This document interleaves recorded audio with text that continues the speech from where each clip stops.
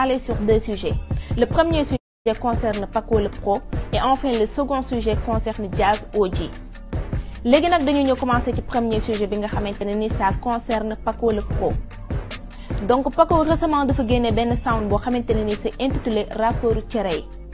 tey nag ci sound boobu la ñuy wax essayer d'expliquer et de détailler à la fin de la vidéo yéen tamit ngeen mën a joxe seen xalaat ci commentaire yi donc let's go ñu xooli un peu rek ci sound bi ñëwaat léegi ayca. boy duma am defet lu tax ragaluma dee bambi lool mais I am for a while am na yenn rapport xam ne buñ tuxul bon duñu def dëkk mais dañu xamul ne bon bu dof lu waate day feeñal dof yee bis xol bu jeexatam may xool baax ni nga boy di gis lu bon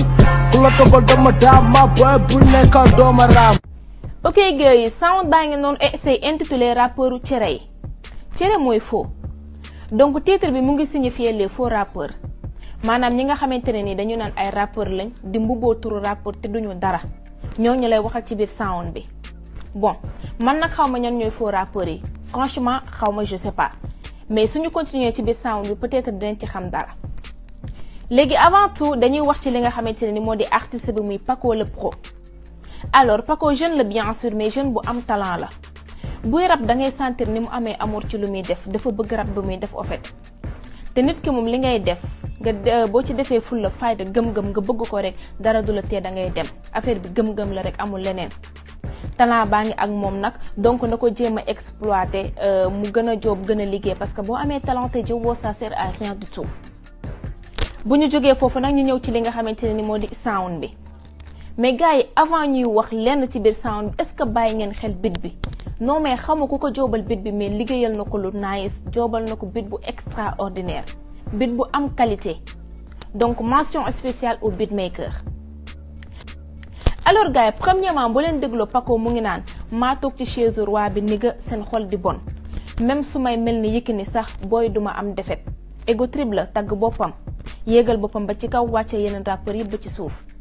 nee na moom moo toog ci chaise buur bi genre moom moo toog ci trône bi bàyyi leen yéen seen xol di bon.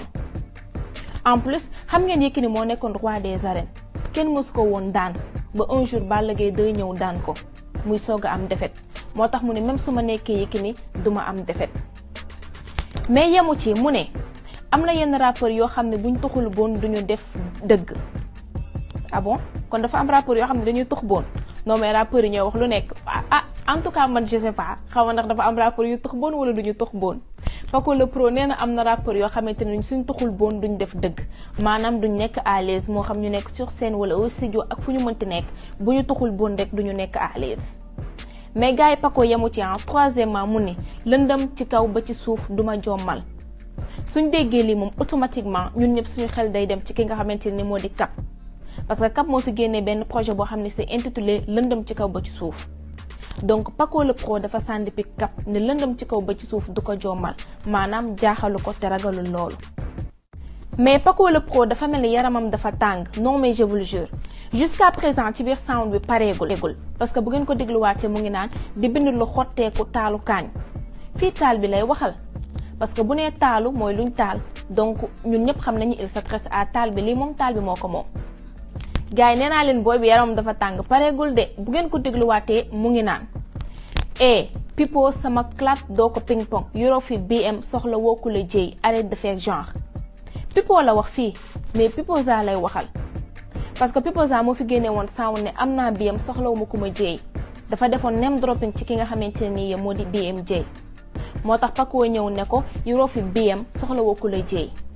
bon perso xaw ma nag lu waral clash yi vraiment. en tout cas sound baa ngi noonu wax leen ci seen xalaat noo leen ko gisee sax moom en personne Paco le Pro ak tamit noo leen gisee sound bi nga xamante ne c'est intitulé rappeuru cere